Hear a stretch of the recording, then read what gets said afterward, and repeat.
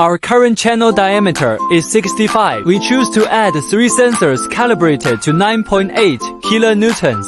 Whichever you calibrate, they're all calibrated. The sensors you installed, this is the calculated pull we need, and the computer calculates automatically that it requires a pull of 6.1 kilonewtons. The medium pressure value is 0. We've chosen cold.